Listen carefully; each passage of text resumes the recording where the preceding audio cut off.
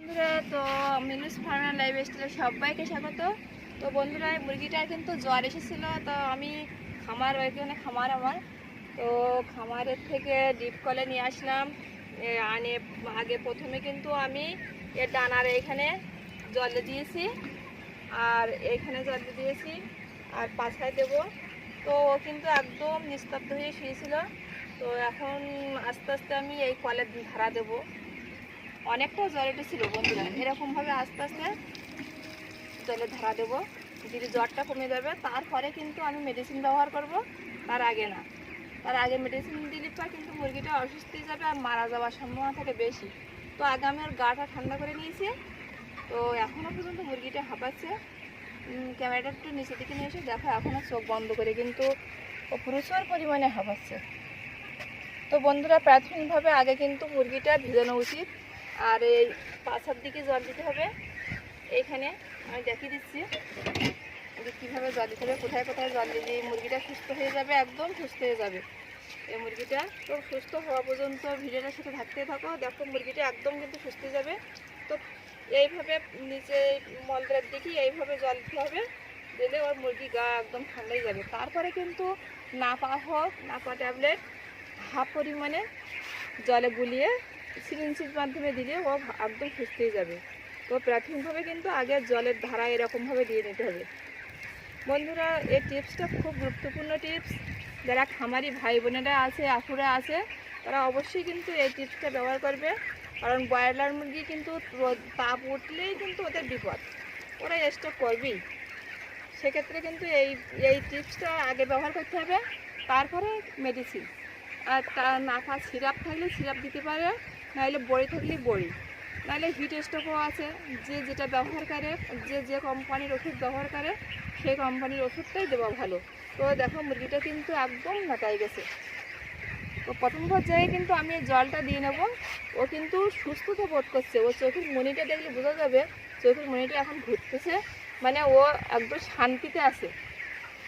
জলটা পেয়ে যে পরিমাণে হাঁপাচ্ছিল ঘরের ভিতরে, আমি তো ভিডিও করতে পারিনি, ঘরের ভিতরে একদম পুরোটা হা করে করে জোরে জোরে নিঃশ্বাস নেবে, আর এই পাছার দিকে এরকম লাফ দেবে। তখন বুঝবে যে মুরগিটা কিন্তু জ্বর উঠে গেছে। তো বন্ধুরা, এরা কিন্তু মরবে না, আমি শেষ পর্যন্তই দেখাবো, ভিডিওটার সাথে থাকো। তো বন্ধুরা, কিন্তু প্রাথমিকভাবে যে আমি জলটা দিয়েছি, এবার কিন্তু ওষুধের টাইমটা হয়ে গেছে, এবার ওষুধটা দেবো। ও এখন একটু সুস্থতা বোধ করছে, হাঁপাচ্ছে খুব কম। তো সেক্ষেত্রে কিন্তু আমি PK5টা নেব। তো PK5টা আমি সবটা দেবো না, আমি কতটুকু নিচ্ছি একটা মুরগির জন্য আমি সব দেখাচ্ছি। তো PK5টা কিন্তু আমি আমার একটু অনুমান করে নিচ্ছি। তোমাদের যদি না বড়ি থেকে থাকে তাহলে তাই দেবে, নাহলে যদি হিট স্টোভ থেকে থাকে তাই দেবে।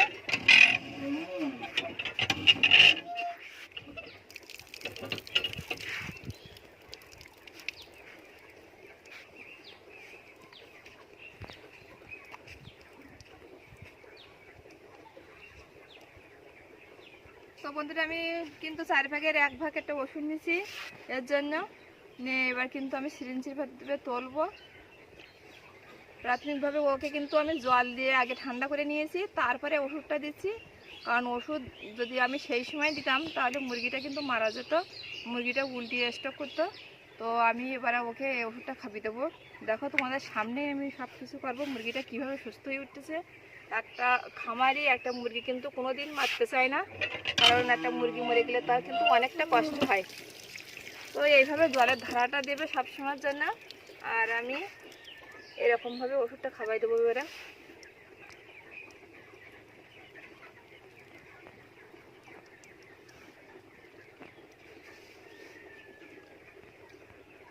ওষুধটা কিন্তু খাচ্ছে ও, তো ওষুধটা কিন্তু সম্পূর্ণটাই দিয়েছি। দিলে এবার আমি আস্তে আস্তে ধারা দেবো। দেখো মুরগিটা কিন্তু সুস্থই উঠবে, একদম সুস্থই উঠবে।